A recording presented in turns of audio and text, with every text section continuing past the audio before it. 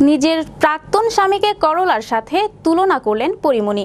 শুধু তাই নয়, শাকিব খানকে ফজলি আম আর জায়েদ খানকে বেলের সাথে তুলনা করেন এই লাস্যময়ী অভিনেত্রী। বিস্তারিত থাকছে ডেস্ক রিপোর্টে। দেশের আলোচিত অভিনেত্রী পরীমনি বছর জুড়েই নানা বিষয়ে থাকেন আলোচনায়।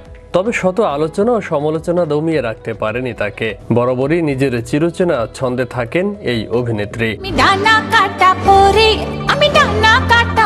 সম্প্রতি একটি টিভি অনুষ্ঠানে অতিথি হিসেবে হাজির হয়েছিলেন পরী। সেখানে ঢাকাই সিনেমার কয়েকজন নায়ককে ফল বা সবজির সঙ্গে তুলনা করেন এই অভিনেত্রী। মূলত সঞ্চালক কাজটি করতে বলেন। তারই পরিপ্রেক্ষিতে শাকিব খানকে আম, জায়েদ খানকে বেল আর প্রাক্তন স্বামী শরীফুল রাজকে করলার সঙ্গে তুলনা করেন এই নায়িকা। অনুষ্ঠানে পরীমনিকে উদ্দেশ্য করে সঞ্চালক বলেন, তোমাকে কয়েকজন নায়ক নায়িকার নাম বলা হবে, তাদেরকে তুমি বিভিন্ন সবজি বা ফলের সঙ্গে তুলনা করবে। সঞ্চালকের এ প্রস্তাব পাওয়ার পর পরীমনি অপশন হিসেবে ফল বেছে নেন। এরপর সঞ্চালক শাকিব খানের নাম বললে জবাবে পরীমনি বলেন আম, ফজলি আম। এরপর চিত্রনায়ক ফেরদৌসের নাম বলেন। তা শুনেই পরীমনি বলেন, কি অদ্ভুত। কয়েক সেকেন্ড সময় নিয়ে এই নায়িকা বলেন তরমুজ।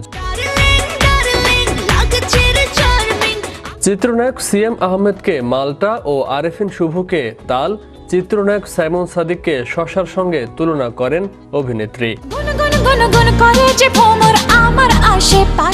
আলোচিত নায়ক জায়েদ খানকে বেলের সঙ্গে এবং চিত্রনায়ক বাপ্পি চৌধুরীকে আমরার সঙ্গে তুলনা করা হয়। এরপরেই পরীমনির প্রাক্তন স্বামী শরীফুল রাজের নাম আসে। নামটি শুনে মুচকি হাসেন পরীমনি। খানিকক্ষণ চুপ থেকে পরীমনি বলেন, ফল তো আর নাই, ফল শেষ হয়ে গেছে, ফলের সিজনও শেষ। এ সময় সঞ্চালক বলেন, এখনো সবজি আছে। হাসতে হাসতে পরীমনি বলেন, ঢেঁড়স মেরস কিছু একটা দিয়ে দাও, হতে পারে করলা ফরল্লা। সঞ্চালক বলেন, তাহলে রাজের কোন উত্তরটা নেওয়া হবে, করলা কিনা? এতে মৌন সম্মতি দেন পরীমনি।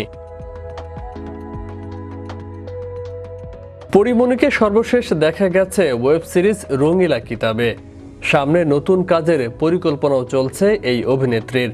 ব্যক্তিগত জীবনের ঝামেলাকে পাশ কাটিয়ে আগামীতে পুরোদমে ক্যামেরার সামনে ব্যস্ত থাকতে চান এই লাস্যময়ী অভিনেত্রী।